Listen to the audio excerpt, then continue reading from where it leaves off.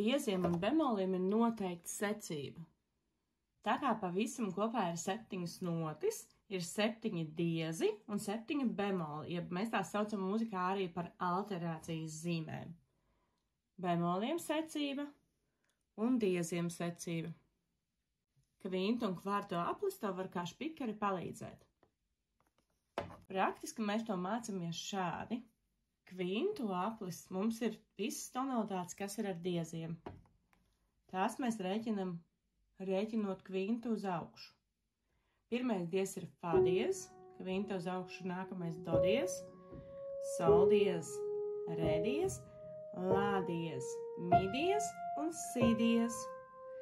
Tie ir visi 7 diezi. Fa, do, sol, re, la, mi, si. Bemola secību mēs rēķinam no kvartu uz augšu. Pirmais bemols mums ir si bemola, mi bemola, otrais, la bemola, re bemola, sol bemola, do bemola, fa bemola. Šī secība ir jāiemācās tā kā pantiņš no galvas, ka tu zini un atceries, kāda dieza pēc kārtas iet vai kādu bemoli pēc kārtas iet. Šis pieraksts ir ļoti, ļoti svarīgs, jo vienmēr visos skaņdarbos, ja pie atslēgas ir 3 bemoli, piemēram, tad tie noteikti būs tādā secībā, ka pirmais bemols būs si bemola, otrais mi bemola un trešais la bemola. Tā secība ir nemainīga.